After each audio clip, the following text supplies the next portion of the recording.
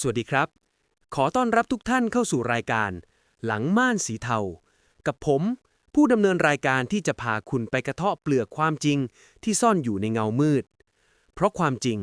มักถูกซ่อนไว้หลังม่าน คืนนี้บรรยากาศรอบตัวผมค่อนข้างเงียบเชียบ มีเพียงเสียงเครื่องปรับอากาศที่ครางเบาๆ ท่ามกลางความสลัวของห้องทำงาน ผมอยากให้ทุกท่านลองจินตนาการตามนะครับ ในช่วงเวลาที่ข้าวของทุกอย่างแพงขึ้น แต่รายได้กลับสวนทาง ความหวังเล็กๆในการจะได้เงินคืนสักก้อนหนึ่ง มันมีค่าแค่ไหน นั่นคือจุดเริ่มต้นของเรื่องราวในวันนี้ครับ วิชัย พนักงานออฟฟิศวัยกลางคน เขากำลังนั่งกุมขมับอยู่หน้าจอคอมพิวเตอร์ในเวลาเกือบเที่ยงคืน แสงสีฟ้าจากจอสะท้อนลงบนใบหน้าที่มีรอยยิ้มจางๆ เมื่อเห็นตัวเลขยอดเงินในบัญชีที่เหลือเพียงหลักร้อย เขาถอนหายใจยาวจนอกกระเพื่อม ทันใดนั้น เสียงแจ้งเตือนจากหน้าจอจดหมายอิเล็กทรอนิกส์ก็ดังขึ้น ท่ามกลางความเงียบสงัด หัวข้อจดหมายระบุว่า มาจากกรมสรรพากร แจ้งเรื่องการคืนภาษีที่เกินกำหนด หัวใจของวิชัยเต้นแรงขึ้นมาทันที ในทางจิตวิทยา เมื่อมนุษย์อยู่ในสภาวะคับขันหรือขาดแคลน สมองส่วนที่ควบคุมเหตุผล มักจะถูกบดบังด้วยสัญชาตญาณของการเอาตัวรอดและความหวัง เขาไม่ได้เอะใจเลยว่าทำไมเจ้าหน้าที่ถึงส่งข้อความมาหาเขาในเวลาเยี่ยงนี้ มือของเขาสั่นน้อยๆ ขณะเลื่อนเมาส์ไปคลิกเปิดดูเนื้อหาข้างใน ข้อความในจดหมายเขียนด้วยภาษาที่ดูเป็นทางการ มีตราสัญลักษณ์ที่คุ้นตา มันบอกว่าเขาได้รับอนุมัติเงินคืนภาษีเป็นจำนวนเงินถึง 15,000 บาท แต่มีเงื่อนไขว่าต้องดำเนินการยืนยันตัวตนผ่านลิงก์ที่แนบมาภายใน 24 ชั่วโมง มิเช่นนั้นเงินก้อนนี้จะถูกตีกลับคืนคลัง วิชัยคิดในใจว่า นี่แหละคือทางรอดของเขาในเดือนนี้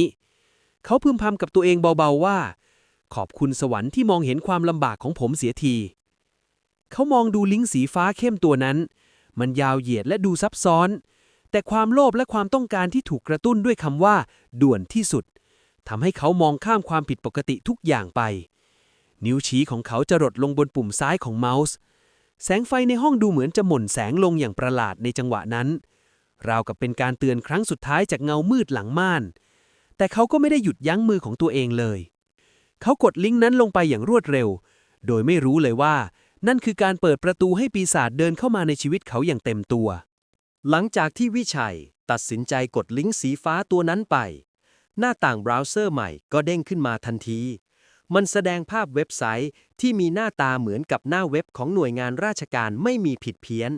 ทั้งโทนสี ตัวอักษร และรูปภาพประกอบ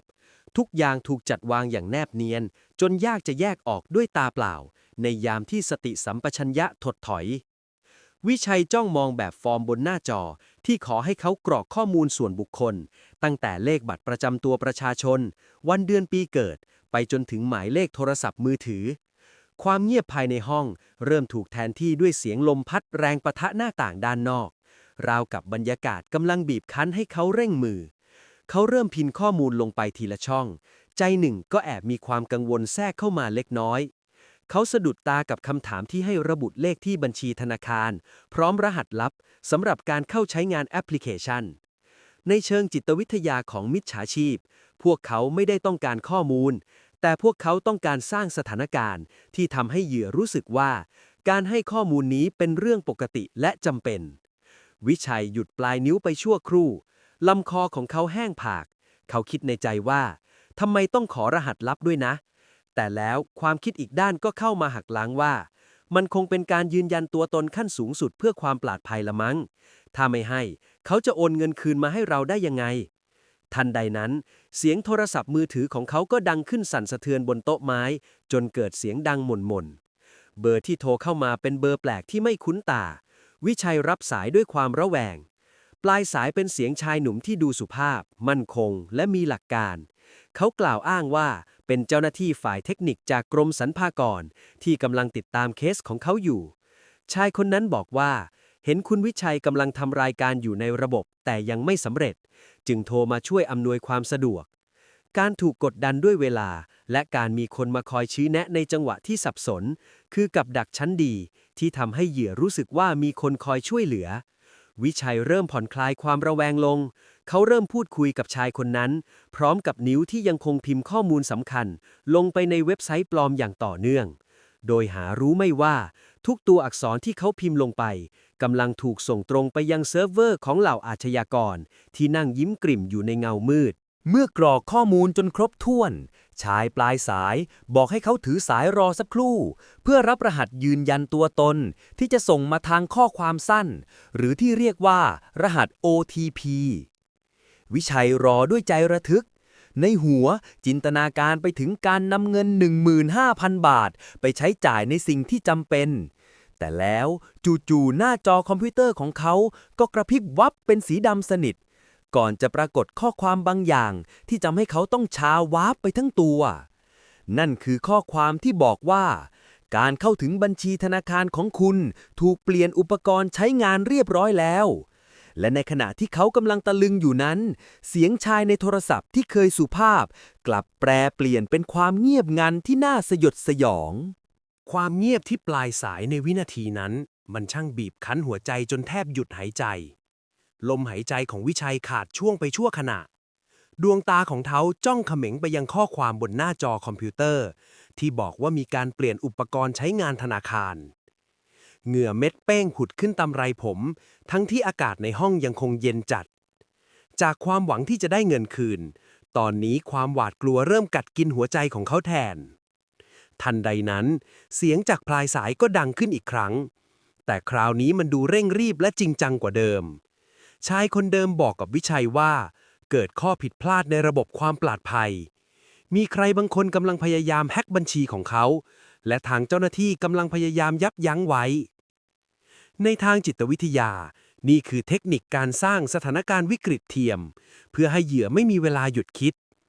มิจฉาชีพใช้ความตื่นตระหนกของวิชัยเป็นเครื่องมือในการควบคุม วิชัยรีบถามกลับไปด้วยเสียงสั่นเครือว่า เขาต้องทำอย่างไร ชายปลายสายตอบกลับมาทันทีว่า ต้องส่งรหัสยืนยันตัวตน6 หลัก ที่กำลังจะส่งเข้าโทรศัพท์มือถือมาให้เดี๋ยวนี้ เพื่อที่ทางกรมจะสามารถดึงยอดเงินกลับเข้าสู่ระบบที่ปลอดภัยได้ วิชัยไม่ได้เอะใจเลยว่า รหัสที่เขากำลังรออยู่นั้น ไม่ใช่รหัสรับเงิน แต่มันคือรหัสอนุมัติการโอนเงินออกจากบัญชีของเขาเอง นิ้วของวิชัยสั่นรัวขณะที่เขากดเปิดข้อความในมือถือ ทันทีที่รหัสปรากฏขึ้น เขาแทบจะตะโกนบอกปลายสายไปโดยไม่ลังเล เมื่อเขากรอกรหัสสุดท้ายลงไปในช่องที่มิจฉาชีพบอก ความรู้สึกวูบหวงในช่องท้องก็เกิดขึ้นอย่างรุนแรง หน้าจอคอมพิวเตอร์ที่เคยเป็นหน้าเว็บกรมสรรพากรปลอมๆ กลับกลายเป็นหน้าขาวโพลน พร้อมกับเสียงสัญญาณตัดสายจากโทรศัพท์มือถือที่ดังตีดตีดตีดทิ้งให้เขาอยู่กับความเงียบที่น่าสะพรึงกลัวยิ่งกว่าเดิม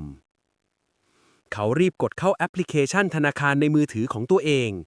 แต่สิ่งที่พบคือ ข้อความแจ้งว่าบัญชีนี้ถูกระงับการใช้งานชั่วคราว เนื่องจากมีการเข้าถึงที่ผิดปกติ หัวใจของวิชัยหล่นวูบไปอยู่ที่ตาตุ่ม เขาพยายามรวบรวมสติที่กระจัดกระจาย แล้วโทรกลับไปที่เบอร์เดิม แต่สิ่งที่ได้รับคือเสียงตอบรับอัตโนมัติว่า หมายเลขนี้ยังไม่เปิดให้บริการ ความจริงที่เขาพยายามปิดบังตัวเองมาตลอด เริ่มปรากฏชัดเจนขึ้นหลังม่านสีเทาใบนี้ เขาซุดตัวลงกับเก้าอี้ มือที่มีความหวังตอนนี้กลับเย็นเฉียบราวกับน้ำแข็ง แต่ในขณะที่เขากำลังจะยอมแพ้ต่อโชคชะตา เสียงข้อความจากโทรศัพท์ก็ดังขึ้นอีกครั้ง คราวนี้มันไม่ใช่จากกรมสรรพากร แต่มันมาจากเบอร์ส่วนตัวของใครบางคน ที่มีข้อความสั้นๆว่า ถ้าอยากได้เงินคืนทั้งหมด ให้ทำตามคำแนะนำในข้อความถัดไป ทิ้งปมปริศนาใหม่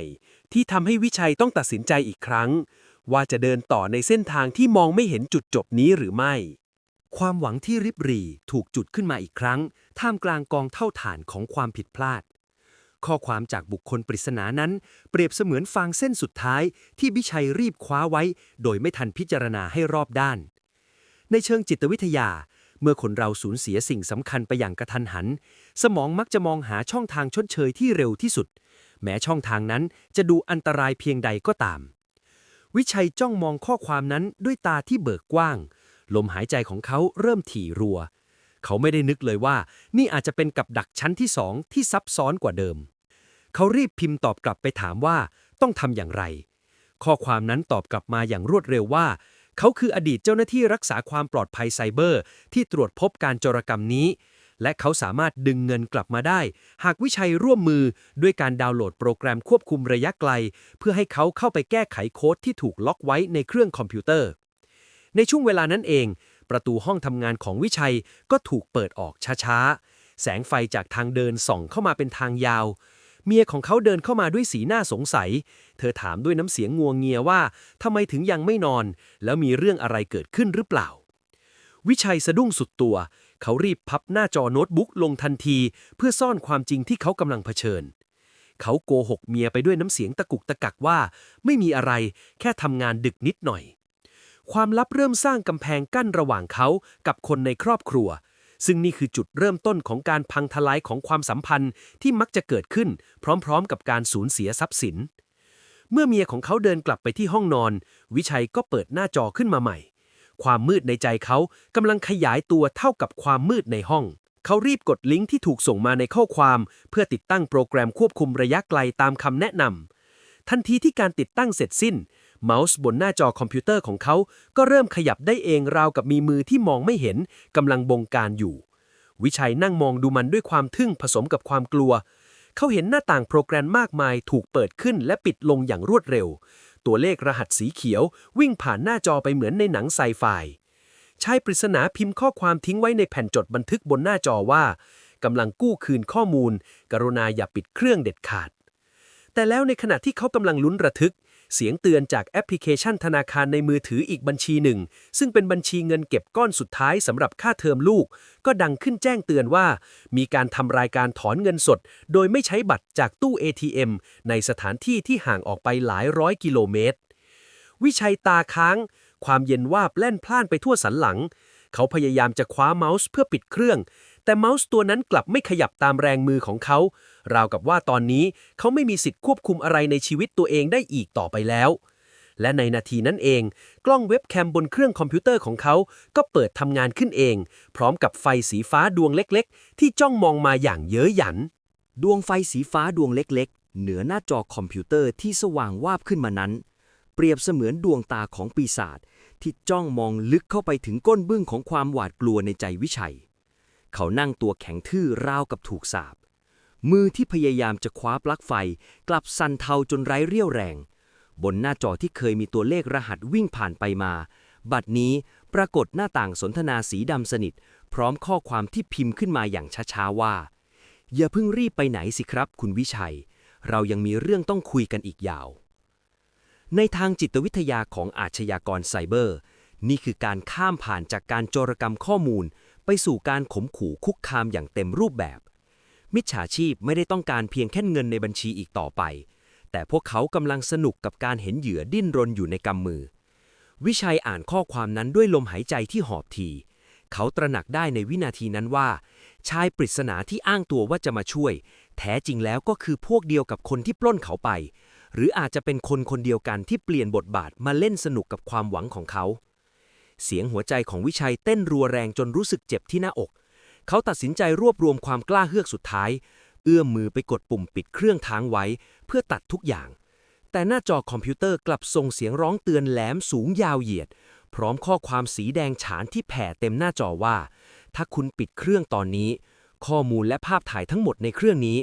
รวมถึงภาพที่คุณเพิ่งทำหน้าตาตื่นตระหนกเมื่อครู่จะถูกส่งต่อไปยังรายชื่อผู้ติดต่อทั้งหมดในอีเมลของคุณทันทีวิชัยชะงักมือไปทันควันเหงื่อไหลซึมออกมาตามฝ่ามือจนชุ่มโชกเขาคิดถึงรูปถ่ายครอบครัวรูปถ่ายเอกสารสำคัญและเหนือสิ่งอื่นใดคือความอับอายที่จะเกิดขึ้นหากเรื่องนี้ถูกเปิดเผยออกไปความลับหลังม่านสีเทาที่เขาพยายามสร้างขึ้นเพื่อปกป้องตัวเองตอนนี้มันกลับกลายเป็นคุกที่ขังเขาไว้ในนั้นอย่างสมบูรณ์แบบเขาพิมพ์ตอบกลับไปด้วยมือที่สั่นรัวว่าพวกคุณต้องการอะไรอีกเงินฉันก็เอาไปหมดแล้วคำตอบที่ได้รับกลับมาทำให้เขารู้สึกเหมือนโลกทั้งใบพังทลายลงตรงหน้าปลายสายพิมพ์มาว่าเงินแค่นั้นมันแค่ค่าธรรมเนียมเบื้องต้นถ้าไม่อยากให้ชีวิตพังทลายไปมากกว่านี้พรุ่งนี้เช้าคุณต้องไปหาเงินมาเพิ่มอีก 500,000 บาทแล้วเราจะคืนทุกอย่างให้วิชัยสุดหวบลงไปกองกับพื้นห้องนอนท่ามกลางเสียงเข็มนาฬิกาที่เดินวนไปอย่างไม่รู้จบ เขาจะไปหาเงินจำนวนมหาศาลขนาดนั้นได้ในเวลาเพียงไม่กี่ชั่วโมงและที่สำคัญกว่านั้นเขาจะปิดบังเรื่องนี้จากเมียที่นอนอยู่ห้องข้างๆได้อย่างไรในเมื่อภัยร้ายมันคืบคลานเข้ามาในบ้านขนาดนี้แล้วแสงรำไรของวันใหม่ที่ลอดผ่านผ้าม่านเข้ามาไม่ได้ทำให้วิชัยรู้สึกถึงความหวังแม้แต่น้อยเขานั่งอยู่ที่เดิมบนพื้นห้องจนเช้าดวงตาแดงก่ำจากการไม่ได้พักผ่อนและผ่านการร้องไห้มาอย่างหนักความเงียบในบ้านตอนนี้มันช่างน่าอึดอัดและเต็มไปด้วยความลับที่ขมขื่นเมื่อเขาลุกขึ้นยืนขาของเขาประท้วงด้วยความอ่อนแรงราวกับร่างกายพยายามจะบอกว่ามันรับภาระทางจิตใจนี้ไม่ไหวอีกต่อไปแล้วในมุมมองทางจิตวิทยา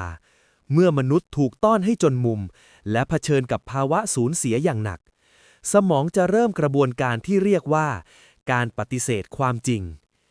วิชัยเดินไปที่ห้องน้ำล้างหน้าล้างตาเพื่อลบเลือนร่องรอยของคืนอันโหดร้ายเขามองตัวเองในกระจกและไม่เห็นชายคนเดิมที่เคยมีความมั่นใจเหลืออยู่เลยเขากลายเป็นเพียงเหยื่อที่ถูกล่าเบ็ดเสร็จเสียงของเมียที่ตะโกนเรียกจากห้องครัวเพื่อถามว่าจะกินอะไรเป็นมื้อเช้าทำให้เขาสะดุ้งสุดตัวและต้องพยายามปรับน้ำเสียงให้ดูปกติที่สุดเขาเดินเข้าไปในครัว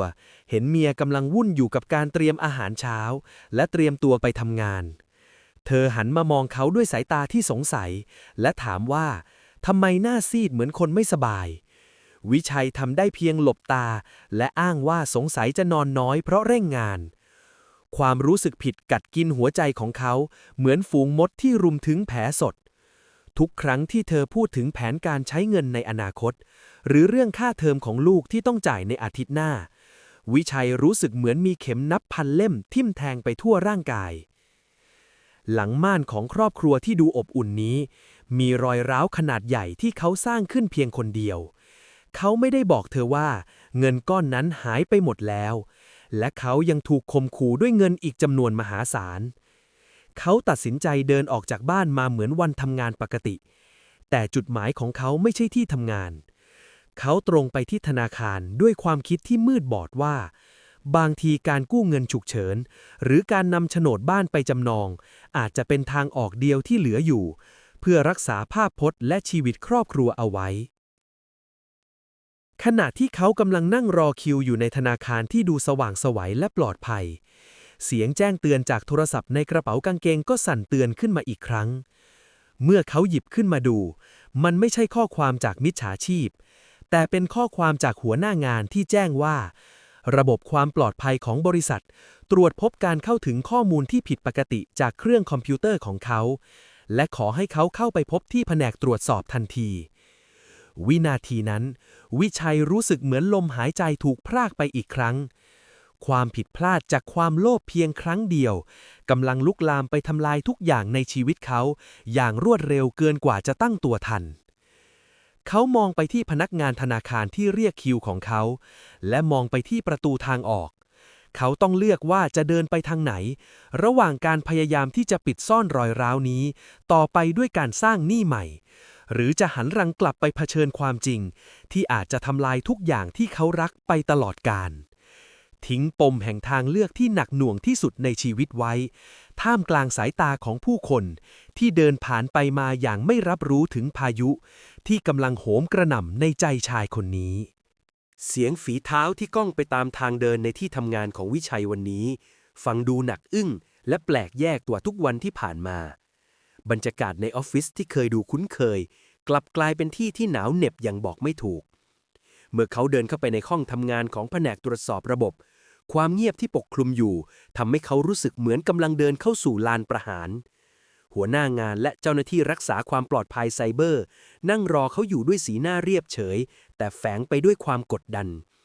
ในเชิงจิตวิทยาของการสูญเสียความเชื่อมั่น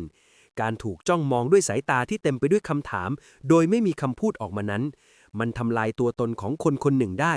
มากกว่าการดุด่าเสียอีกเจ้าหน้าที่เริ่มอธิบายถึงความเสียหายที่เกิดขึ้นเขาบอกว่าเครื่องคอมพิวเตอร์ของวิชัยถูกใช้เป็นช่องทางในการลักลอบดึงข้อมูลลูกค้าและรหัสผ่านสำคัญของบริษัทออกไป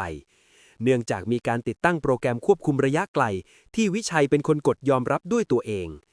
ทุกถ้อยคำที่เจ้าหน้าที่พ่นออกมาเหมือนค้อนที่ทุบลงบนใจของวิชัย เขานั่งก้มหน้ามองมือตัวเองที่ประสานกันแน่นจนปลายนิ้วซีดขาว เขาอยากจะตะโกนบอกทุกคนว่าเขาถูกหลอก เขาเป็นเพียงเหยื่อ แต่ในโลกของความเป็นจริงและโลกของธุรกิจ ความผิดพลาดเพียงเสี้ยววินาทีที่เกิดจากความประมาท มันมีราคาที่ต้องจ่ายแพงเกินกว่าที่เขาจะจินตนาการได้ หัวหน้างานถอนหายใจยาวก่อนจะบอกว่า บริษัทจำเป็นต้องระงับการทำงานของเขาทันที เพื่อตรวจสอบความเสียหายทั้งหมด และอาจมีการดำเนินคดีตามมา หากพบว่าเขามีส่วนรู้เห็น วิชัยเดินออกจากตึกด้วยความรู้สึกที่ว่างเปล่า แสงแดดในยามบ่ายมันช่างร้อนระอุ แต่เขากลับรู้สึกหนาวจนตัวสั่น เขาเดินไปตามถนนอย่างไร้จุดหมาย ในหัวมีแต่เสียงของเมียและลูกวนเวียนอยู่ เขาจะบอกพวกเขาได้อย่างไรว่า ตอนนี้เขาไม่เหลืออะไรแล้ว ทั้งเงินออม ค่าเทอมลูก และแม้กระทั่งงานที่เลี้ยงชีพมาก้อนเกือบทั้งชีวิต เมื่อเขากลับถึงบ้าน เขากลับพบว่าประตูรั้วไม่ได้ล็อก และมีรถยนต์คันหนึ่งที่เขาจำได้ดี จอดอยู่หน้าบ้าน นั่นคือรถของพ่อตาเขา หัวใจของวิชัยหล่นวูบลงไปที่ตะตุ่มอีกครั้ง เขารู้ดีว่าเรื่องนี้คงปิดบังต่อไปไม่ได้แล้ว ความลับหลังม่านที่เขาพยายามดึงมาปิดบังความผิดพลาดของตัวเอง บัดนี้มันกำลังถูกกระชากออกอย่างแรงจากมือของคนที่เขาเกรงใจที่สุด และทันทีที่เขากล้าวเข้าไปในบ้าน เสียงร้องไห้ของเมียเขาก็ดังแทรกผ่านความเงียบออกมา เป็นเสียงร้องที่เต็มไปด้วยความสับสนและความเจ็บปวดที่เขาไม่เคยได้ยินมาก่อนในชีวิตคู่ ท่ามกลางเสียงสะอื้นที่บาดลึกเข้าไปในความรู้สึก วิชัยเห็นเมียของเขานั่งถือโทรศัพท์มือถือที่โชว์หน้าจอรายการเดินบัญชีที่ว่างเปล่า พ่อตาของเขายืนคุมเชิงอยู่ข้างๆด้วยใบหน้าแดงก่ำด้วยความโกรธ ความจริงที่ถูกปกปิดมาตลอดทั้งวันถูกเปิดเผยออกมาในรูปแบบที่เลวร้ายที่สุด ในทางจิตวิทยา เมื่อความลับที่น่าอับอายถูกเปิดเผยโดยที่เจ้าตัวยังไม่พร้อมจะเล่า สภาวะทางใจจะเข้าสู่การป้องกันตัวที่บิดเบี้ยว วิชัยทำได้เพียงยืนนิ่งราวกับหุ่นปั้น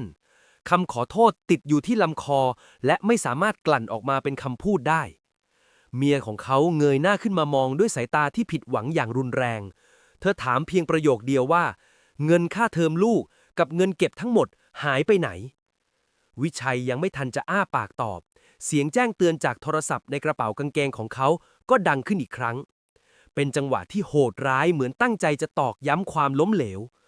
มิจฉาชีพคนเดิมส่งข้อความมาพร้อมรูปถ่ายแอบถ่ายจากกล้องคอมพิวเตอร์ที่เขาคุยกับที่ทำงานเมื่อเช้า พร้อมข้อความข่มขู่ว่า เวลาของมึงกำลังจะหมดลงแล้ว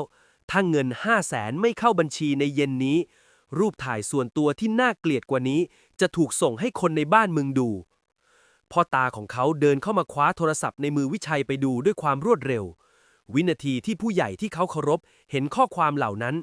ความเงียบที่น่าสะพรึงกลัวยิ่งกว่าเดิมก็ปกคลุมไปทั่วห้อง พ่อตาของเขามองวิชัยด้วยสายตาเหยียดหยาม ก่อนจะพูดด้วยน้ำเสียงเย็นชาว่า นายทำเรื่องที่โง่ที่สุดเท่าที่คนคนหนึ่งจะทำได้ ไม่ใช่แค่เสียเงิน แต่นายเสียศักดิ์ศรีและทำให้ครอบครัวต้องตกอยู่ในอันตราย ความโกรธของคนในครอบครัวบวกกับแรงกดดันจากอาชญากรที่มองไม่เห็นตัวทำให้วิชัยรู้สึกเหมือนถูกบีบจนไม่มีอากาศหายใจ ความกดดันนี้ผลักดันให้วิชัยทำสิ่งที่คาดไม่ถึง เขาคว้ากุญแจรถแล้ววิ่งออกจากบ้านไปท่ามกลางเสียงเรียกตามของเมีย เขาขับรถออกไปด้วยความเร็วสูง หัวใจเต้นรัวเหมือนกลองรบ ในหัวของเขามีเพียงแผนการเดียวที่มืดมนที่สุด คือการไปหาแหล่งเงินนอกระบบที่เขาเคยได้ยินมาว่าได้เงินไวที่สุด โดยไม่สนว่าดอกเบี้ยหรือผลตามมาจะเป็นอย่างไร ในช่วงเวลานี้จิตสำนึกของเขาถูกตัดขาดจากเหตุผลไปโดยสิ้นเชิง เขากำลังเดินลึกลงไปในเขาวงกฏที่มิจฉาชีพขุดหลุมพรางรอไว้ ขณะที่เขากำลังเลี้ยวรถเข้าสู่ซอยเปลี่ยวเพื่อไปพบกับเจ้าหนี้นอกระบบตามที่นัดแนะทางโทรศัพท์ รถของเขากลับถูกเบรกกระทันหันด้วยรถกระบะคันหนึ่งที่ขับมาปาดหน้า ชายชะกัน2 คนลงมาจากรถด้วยท่าทางคุกคาม หนึ่งในนั้นถือโทรศัพท์ที่เปิดหน้าลำโพงทิ้งไว้ และเสียงที่ดังออกมาจากปลายสายนั้น คือเสียงที่เขาจำได้แม่นที่สุด เสียงของชายที่อ้างว่าเป็นเจ้าหน้าที่สรรพากรในตอนแรกนั่นเอง ชายคนนั้นพูดกลั้วหัวเราะว่า คิดจะเบี้ยวเงินพวกเราแล้วไปหาเงินที่อื่นงั้นเหรอคุณวิชัย คุณยังไม่รู้ตัวอีกใช่ไหมว่าตอนนี้ชีวิตคุณอยู่ในกำมือพวกเราอย่างสมบูรณ์แบบแล้ว ลมหายใจที่พ่นออกมาจากปากของวิชัยนั้น สั่นสะท้านพอๆกับร่างกายที่กำลังซุดหวบลงข้างรถของตัวเอง ในซอยเปลี่ยวที่แสงไฟถนนกระพริบทีเหมือนจะดับมิตัดมิแหลชายชะกันที่ยืนค้ำหัวเขาอยู่นั้นไม่ได้มีท่าทีของความเป็นมนุษย์ที่เห็นอกเห็นใจกันเลยแม้แต่น้อย เสียงที่ลอดออกมาจากโทรศัพท์มือถือนั้นแหลมสูงและบิดเบี้ยวด้วยความสะใจ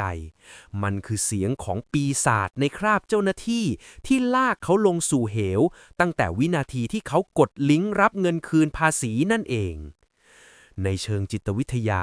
นี่คือจุดที่เหยื่อจะรู้สึกถึงสภาวะสิ้นหวังอย่างสมบูรณ์ หรือการที่มนุษย์รู้สึกว่าตนเองสูญเสียอำนาจในการควบคุมชีวิตไปโดยสิ้นเชิง วิชัยมองดูมือที่เคยใช้พิมพ์ข้อมูลส่วนตัวลงไปในหน้าเว็บปลอม มือคู่นั้นที่เคยหวังจะคว้าเงิน 15,000 บาทมาจุนเจือครอบครัว แต่ตอนนี้มันกลับนำพาเอาพยักร้ายมาถึงตัว ชายชะกันคนหนึ่งเอื้อมมือมาบีบคอเสื้อของวิชัยแล้วกระชากขึ้นมาจนหน้าแทบจะชนกัน กลิ่นบุหรี่จางๆและแววตาที่ว่างเปล่าของมันทำให้วิชัยรู้ว่าคนพวกนี้ไม่ได้ต้องการแค่เงินแต่มันต้องการทำลายชีวิตเขาเพื่อไม่ให้เหลือหลักฐานใดๆเสียงจากปลายสายสั่งให้กลุ่มชายพวกนั้นค้นตัววิชัยเพื่อเอาโทรศัพท์มือถือเครื่องที่เขาสมัครแอปพลิเคชันควบคุมระยะไกลไว้เพราะนั่นคือกุญแจสำคัญที่มิจฉาชีพจะใช้เข้าถึงข้อมูลชุดสุดท้ายที่จะโอนเงินก้อนที่เหลือจากทุกบัญชีที่เขามีวิชัยพยายามขัดขืนด้วยแรงเฮือกสุดท้ายที่เหลืออยู่เขาตระหนักได้ว่าหากเขายอมมอบรหัสผ่านชุดสุดท้ายนี้ไปไม่ใช่แค่ตัวเขาที่จะพังพินาศแต่บ้านและโฉนดดินที่เขานำไปค้ำประกันนอกระบบไว้ก็จะสูญสิ้นไปด้วยท่ามกลางการยื้อยุดฉุดกระชากเสียงไซเรนรถตำรวจที่ดังแว่วมาจากปากซอยทำให้กลุ่มชายชะกันชะงักไปชั่วครู่วิชัยอาศัยจังหวะนั้นตะโกนสุดเสียงเพื่อขอความช่วยเหลือความจริงที่เขาได้ทำลงไปก่อนจะมาถึงซอยนี้คือการตัดสินใจที่ถูกต้องที่สุดในชีวิตที่แสนผิดพลาดของเขานั่นคือการส่งข้อความพิกัดที่ตั้งให้เพื่อนสนิทที่เป็นตำรวจก่อนจะถูกปาดหน้าและการตัดสินใจเปิดระบบบันทึกเสียงทิ้งไว้ในกระเป๋าเสื้อความมืดที่เคยปกคลุมหลังม่านเทื่องถูกส่องสว่างด้วยแสงไฟสีแดงน้ำเงินที่สาดส่องเข้ามาในซอยแต่มิจฉาชีพไม่ได้ยอมแพ้ง่ายๆชายคนหนึ่งคว้าโทรศัพท์ของวิชัยแล้วทุบลงกับพื้นจนแตกกระจายก่อนจะวิ่งหนีหายไปในความมืดทิ้งให้วิชัยนอนนิ่งอยู่บนพื้นถนนที่เย็นเฉียบเขาเสียทุกอย่างไปเกือบหมดสิ้นแล้วทั้งเกียรติยศเงินทองและอนาคตในการทำงานสิ่งที่เหลืออยู่มีเพียงลมหายใจรวยรินและความเจ็บปวดที่เตือนให้รู้ว่าความโลภและความประมาทเพียงครั้งเดียวมีอานุภาพทำลายชีวิตได้รุนแรงเพียงใดหลังจากเหตุการณ์ในซอยเปลี่ยวคืนนั้นชีวิตของวิชัยก็ไม่เคยกลับไปเป็นเหมือนเดิมอีกเลยเรื่องราวของเขาถูกนำมาเป็นกรณีศึกษาในหน้าข่าวสารและในรายการพอดแคสต์อย่างที่เรากำลังรับฟังกันอยู่นี้นี่คือบทสรุปที่สะท้อนผ่านกระจกแห่งกรรมที่พึงระวังไว้ให้ดีครับบทสรุปสะท้อนกรรมสิ่งที่วิชัยได้รับจากการตัดสินใจเพียงชั่ววูบคือบทเรียนที่ราคาแพงที่สุดในชีวิตเขาถูกเลิกจ้างจากงานเนื่องจากความประมาทเลินเล่ออย่างร้ายแรงที่ทำข้อมูลบริษัทรั่วไหล